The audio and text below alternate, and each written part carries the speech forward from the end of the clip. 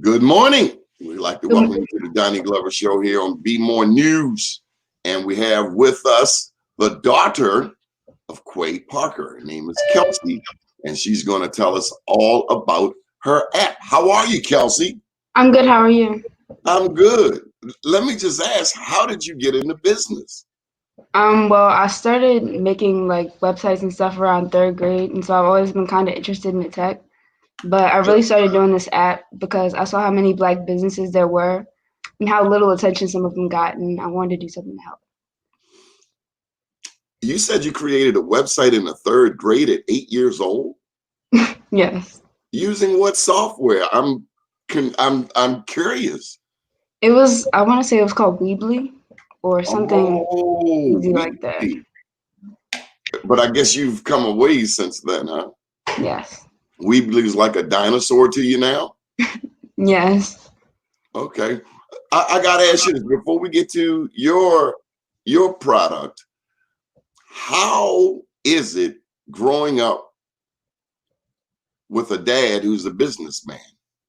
I think it made me really appreciate entrepreneurship and how hard they have to work and how hard it is to get attention from people and things like that. So I think I've grown to really appreciate it, seeing my dad and other people around me being entrepreneurs. So it's a lifestyle, would you say? Yes, definitely. Some people, they're entrepreneur by day and maybe they work a 9 to 5 by night. But as long as I've known your dad, he's had his hands in some type of entity. As a matter of fact, the first thing that I remember him doing was commercials. Have you ever seen him? Yes, I have. I mean, he was, those were groundbreaking at the time. People just weren't doing that. Okay, so tell me how you got started. I got started around during the pandemic because I'm a basketball player. Our season got canceled and stuff like that. So I really had a lot of time to be in my room, and I wanted to do something because I had nothing else to do. And so I saw what was going on in the negativity with the Black Lives Matter movement and things like that. So I wanted to do something that's positive to bring attention to our community. Okay. And are you in school, Yes, I'm in school. college, high school? No, I'm in high school. I'm in 10th grade at Pikesville High. I'm impressed. So you started at 15, 14? I started at 14. I turned 15 in the development process. What does it mean to you to be an entrepreneur, Kelsey? I think it means to really want to take the initiative to be your own, not boss, but kind of take the lead on what you want to do and make it happen. Mm, okay. And so how's the journey been? It's been long. It's been pretty hard at times. I mean, but the beginning stages of the website, I kind of knew what to do, but throughout the way, I definitely needed some help. So I asked my dad, and we got some people to help us with the app and things like that. And so it's been hard, but it's a learning process.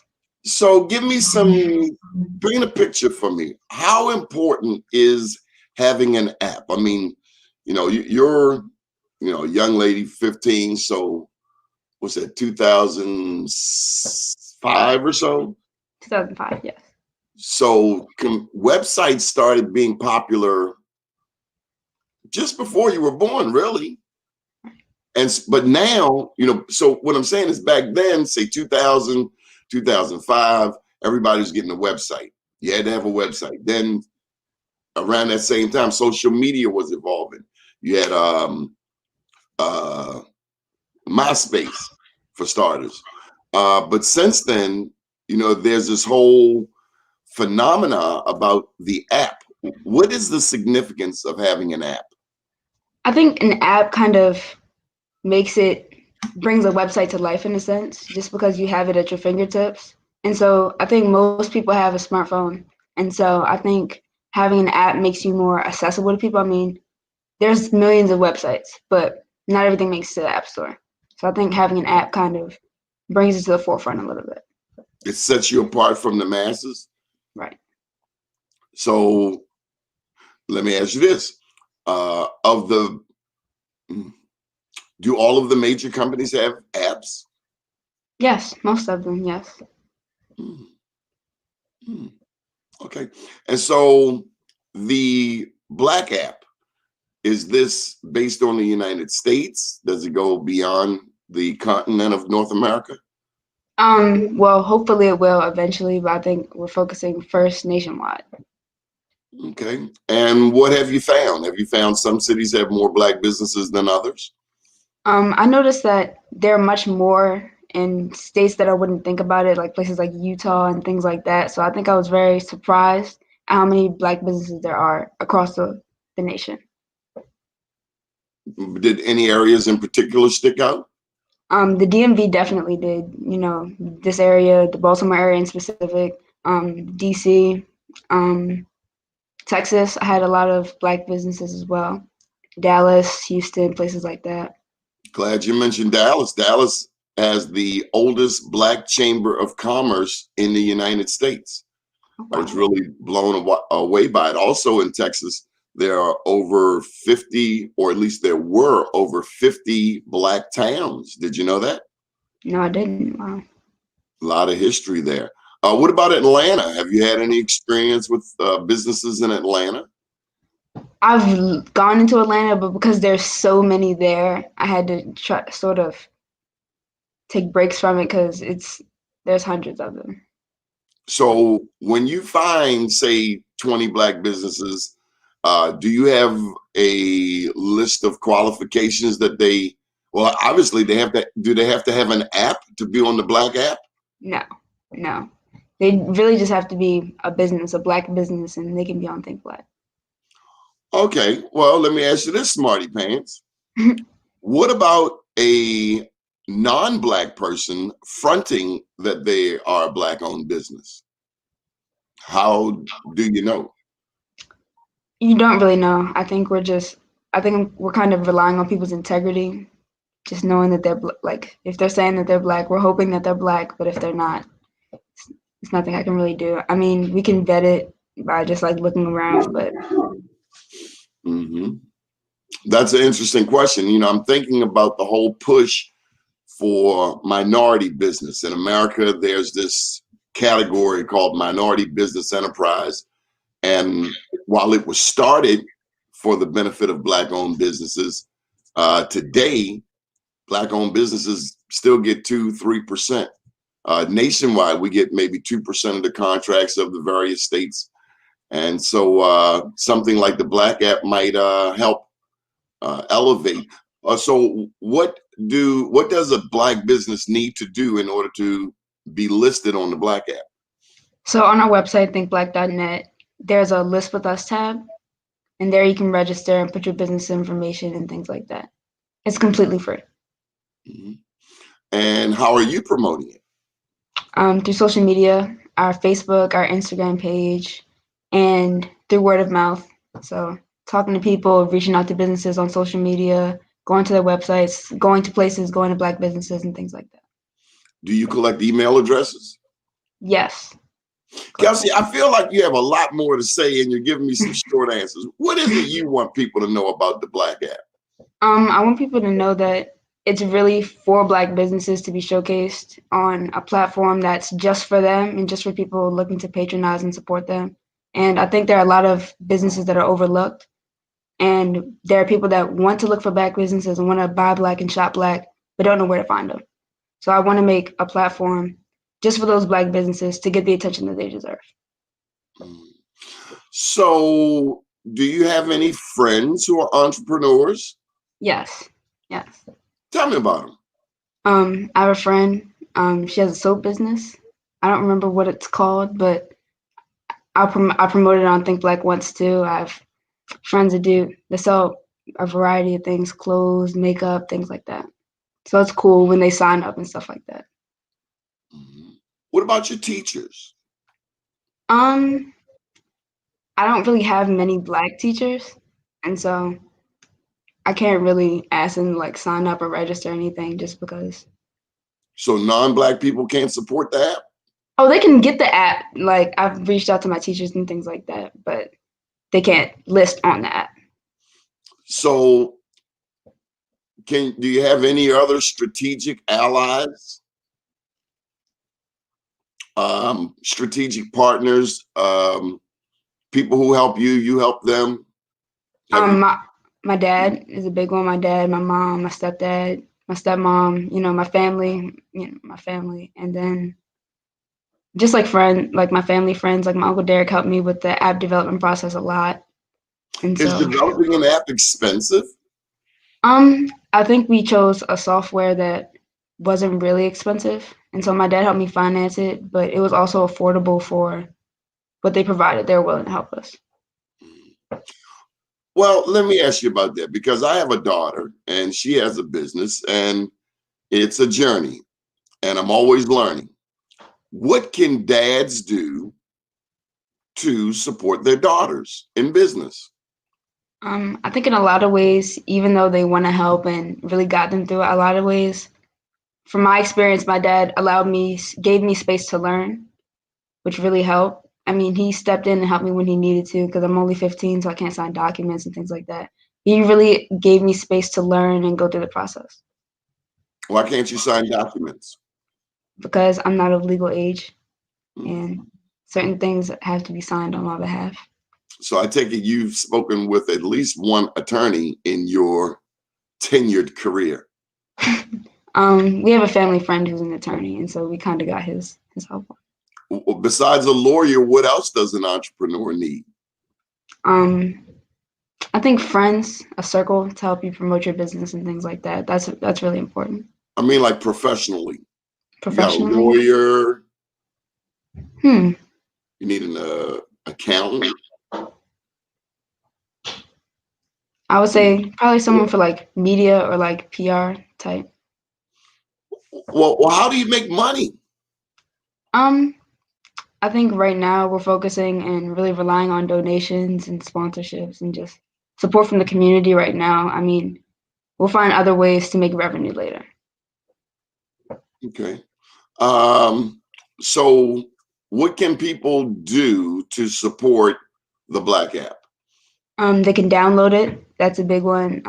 Repost it on social media. Donate. There's a donate tab on thinkblack.net. That would be appreciated greatly.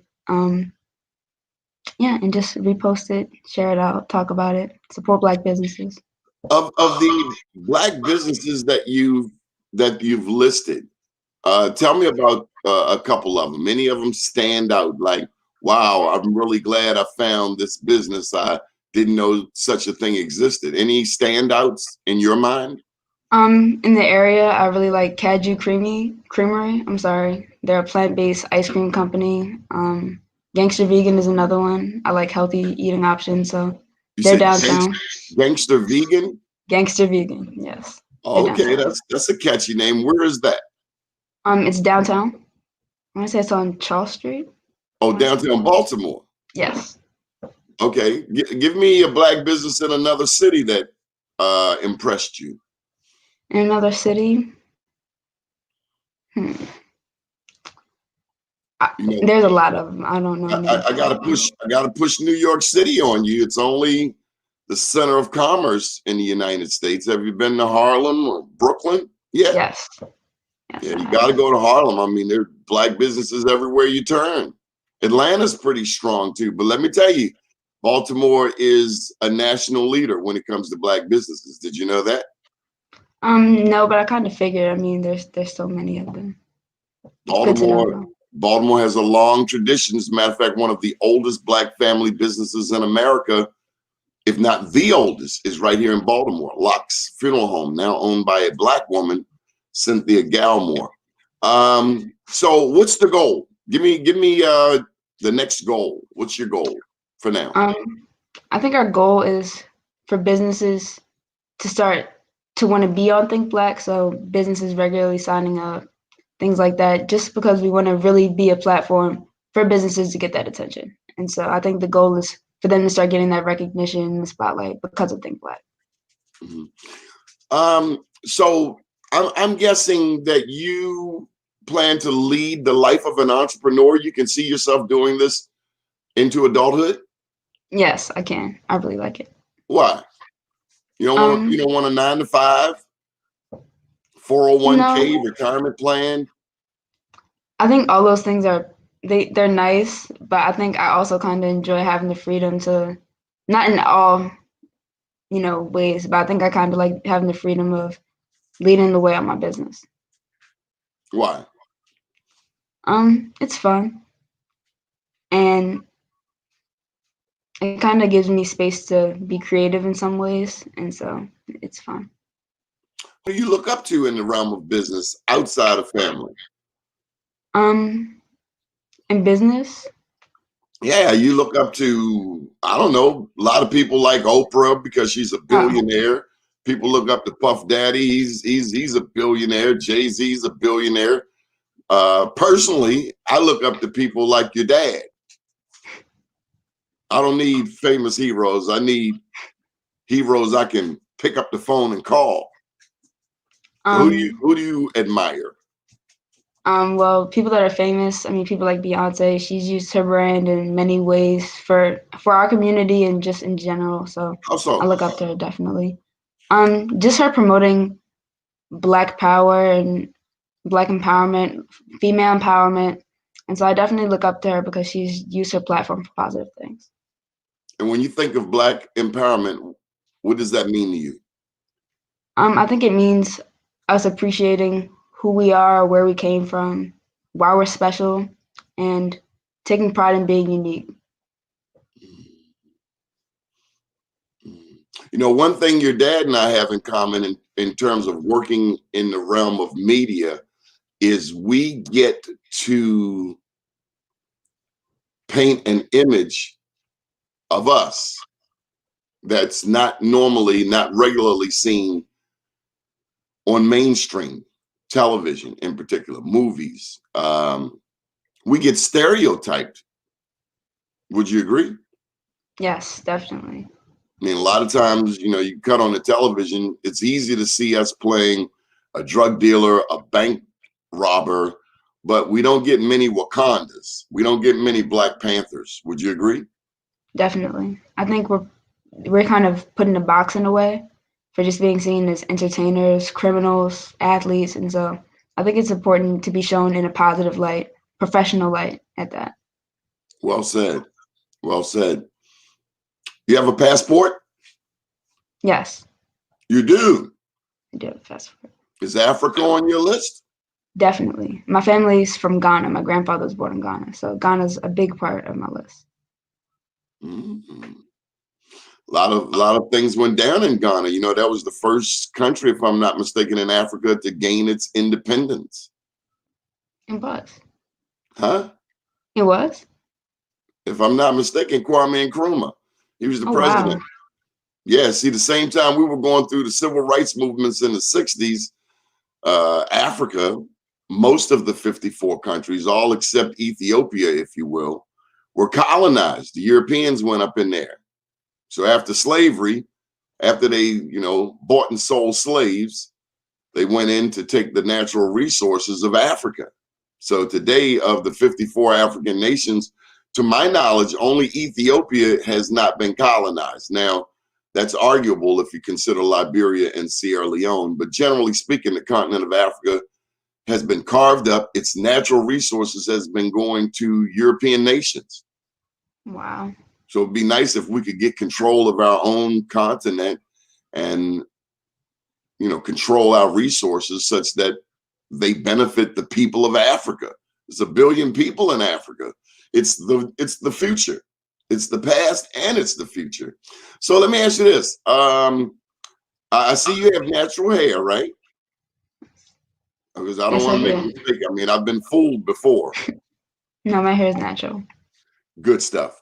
And there's a Black woman named Annie Malone. Everybody knows of Madam C.J. Walker, right? Yes. But she had a mentor named Annie Turnbow Malone, who was a millionaire.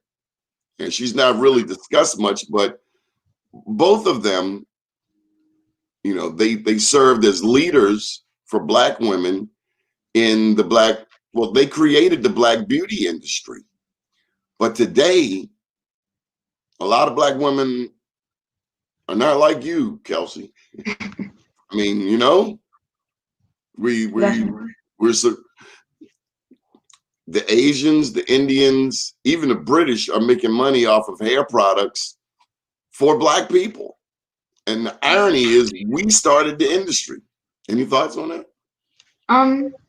Sometimes I think it's unfair because having natural hair is expensive. Definitely maintaining it, keeping it moisturized, things like that. So sometimes I kind of wish that there were products for our hair in Targets and major retailers like that that were affordable. And so sometimes it can get pricey. I don't know, Kelsey. It's pricey, but it's deeper than that. I mean, going back to what I was saying about your dad and the work that I do, the images we try to paint, we try to remind our people that we are already beautiful and we don't have to go and look like someone else to be beautiful. Right. But that's a hard sell these days, Kelsey. Definitely. And I think it's unfortunate sometimes that we resort to having other alternatives that are away from our natural, beautiful hair because of affordability or convenience. Sometimes I think we can really take pride in who we are and what we've always been. And I've noticed these, products can cause damage to the hair. Yes, some of them can. I've seen some girls with hairlines all the way up in here, Kelsey. Okay, but that's an industry you certainly want to penetrate. You certainly want to get as many. See, let me go back to it. We used to control that market. We built it, but now since the 60s, the Asians have taken over the weaves, the wigs, those products. And it's very difficult for the Black beauty salons these days. Because my understanding is these same Asian beauty salons, beauty supply stores, have people doing hair in the back of the stores. So Black women who have gone to school to learn how to be cosmetologists, a lot of times we're not even going to Black beauticians anymore. Did you know that? No, I haven't. I didn't notice that. No, it's interesting. Things are changing. We used to dominate. I mean, we built it. We dominated the Black beauty industry. And now of all of the billions of dollars that industry generates, Black people only get a fraction. And we are the product. I mean, anyway, I hope you are able to penetrate that market and help to get us more on the same page as the people. There's no reason why an industry that Annie Malone and Madam C.J. Walker, put on solid footing, why we aren't able to eat off of that industry today. Barbershops too. Definitely. And I've noticed that through this project that there are so many Black cosmetologists, period, that do hair, nails, skin. And so I think a lot of them have a certain client base, but they don't really get the attention and recognition they deserve. I mean, my stepmom is one of them. She has a salon in DC, and she's an amazing hairstylist. But I notice sometimes she doesn't get the recognition that she deserves because of that. Because of what? Because of how many people just go to different people. They go to Asian retailers to get their supplies. I mean, she sells hair care products as well. And so I've noticed that the market is really, it's not focused on us when it should be. And that's just not smart for self-preservation. Let me ask you this, Kelsey. Do you see the Asians coming to Black businesses for anything? No. I think a lot of communities circulate money within them much better than we do. Right. We used to 1940s, the 30s, the 20s, when segregation benefited us more because we had to shop within our own communities and the dollar was circulated within the community 5, 10, 20, 30 times. You know how long the Black dollar circulated now? No, I don't. Not even once, sometimes. Wow. The Black dollar used to go from the barber to the beautician, to the doctor, to the carpenter, to the bank, to the grocery store. It circulated within the community. You eat, I eat, your dad eats, your stepmom eats, your stepdad eats, everybody eats, we eat. I support you, you support me. But now, we've arrived. I was in Ethiopia, Kelsey, and I found out that that's where the leather comes from for Coach bags. Really? The leather for Coach bags that they sell in Italy, Mhm. 500 to $1,000. The leather comes from Ethiopia. Wow. Do you know how much it costs to make a Coach bag? $7. You got it. How much to make a pair of Nikes? Less, maybe $2.50. Timberlands. $3. But we pay exorbitant amounts of money. And you're not cool, Kelsey, if you don't have that logo, that brand, that emblem. I don't understand why we make brands famous, but we don't make our own brands famous. Yeah. I don't And get that part. I think a lot of it has to do with how much time that those brands have had to establish. I mean, there are Black businesses and brands that have been around for a century that we don't appreciate. And so when a white brand or a brand that's not a minority or even Black emerges and becomes popular, we support them and patronize them. And then we don't allow our brands to come up and get to that stature because we don't support them. Not like we should. I wanted to share something with you too. I mentioned the term minority business enterprise. Now, in this country, we are 13% of the population. So technically we are a minority, but worldwide, we are not a minority. You do get that. Yes. Africa has over 1 billion people. We're far from being a minority worldwide. But in this country, yes, 13% of the population. And you know the challenges. Okay, so anything else you want to add, Kelsey, that we haven't covered? Take your time. I want you to come up with your best spiel. I want you to sell me on the Think Black app. Why should I get the Think Black app right now? You should get Think Black because number one, it's essential to think Black in whatever you do. And what I mean by that is when you're thinking about supporting something, stay within your community. And so I think it means supporting your brothers, your sisters, the people in your community, the people that you don't know. I think it's important to put ourselves first in a way. And so I think in supporting Think Black, I think it's really saying, I'm going to do my best to support my community and do what's right. Sounds good. And where do I go to get it? To the Play Store? The Google Play Store, and you can get it on Apple, iOS, and Android.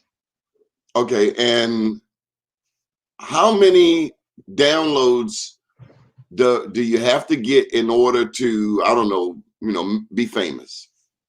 As many as we can get. I mean, the Is there a goal goal is now? the goal, I think, in the next year is 5,000, hopefully. Oh, we're gonna get you more than 5,000. 5,000. We're gonna get you more than 5,000. One last question. Tell me one thing in business you've learned from Quay Parker. I think I've learned how important it is to establish a brand, but also to have integrity in what you do. I mean, I think I've watched my dad go through some challenges in business, but I think he's also never compromised his character. And so I think I respect that greatly because I think it's important to be successful, but it's also important to stay true to who you are. And so I definitely look up to him for that. And he's a pretty good dresser too, wouldn't you say? Definitely. Okay, good stuff. Anything you want to add, Kelsey? I just want to say thank you for letting me on the show. I think it's really important. I wanted to be here first just because you've shown so much support for my family and things like that. I see what you do, and so in the community in Baltimore and things like that. So I really appreciate being here. I'm a fan, Kelsey. I'm a fan of yours. Thank you.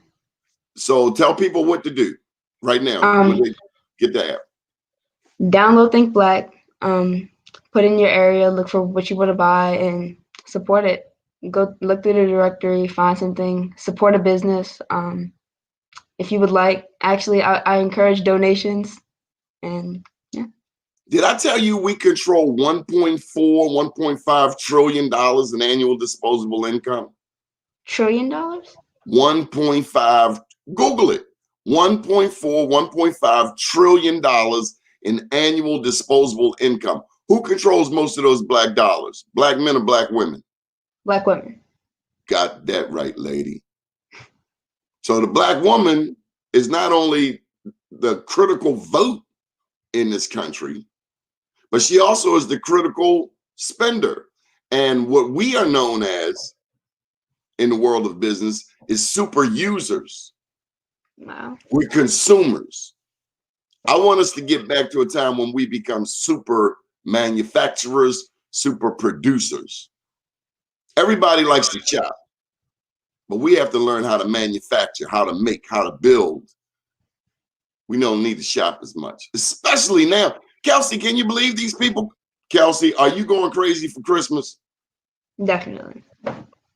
You're going crazy? Not really. I mean, you have to do a lot of shopping. Is that important to you right now? Not yet. Or I usually staying do my alive shopping last minute. Staying alive, staying healthy, things like that. Those are my but it's a pandemic. You shop as normal through a pandemic? Well, I probably online shop quite a bit. I just figure with a pandemic going on, everybody's tightened up on their belt, you know. Those exorbitant things we think we need, I can do without. I used to ask my dad, Kelsey, I'll leave you this. I said, Daddy, what you want for Christmas? After I've opened up all my toys. He said, I don't want nothing, boy. What I want, they don't sell in stores. That was old school for real. Kelsey, thank you for joining us this morning. I'm very proud of you. Keep up the great work. And make sure you learn about the Black Wall Street history here in Baltimore and around the country. Black people have been doing it forever. Wow. So we'll talk to you next time, okay? Okay, thank you. Deal. And thank you for joining us right here on the Doni Glover Show. You check out BmoreNews.com, the news before the news, where we uncover the truth. Talk to you next time. Bye.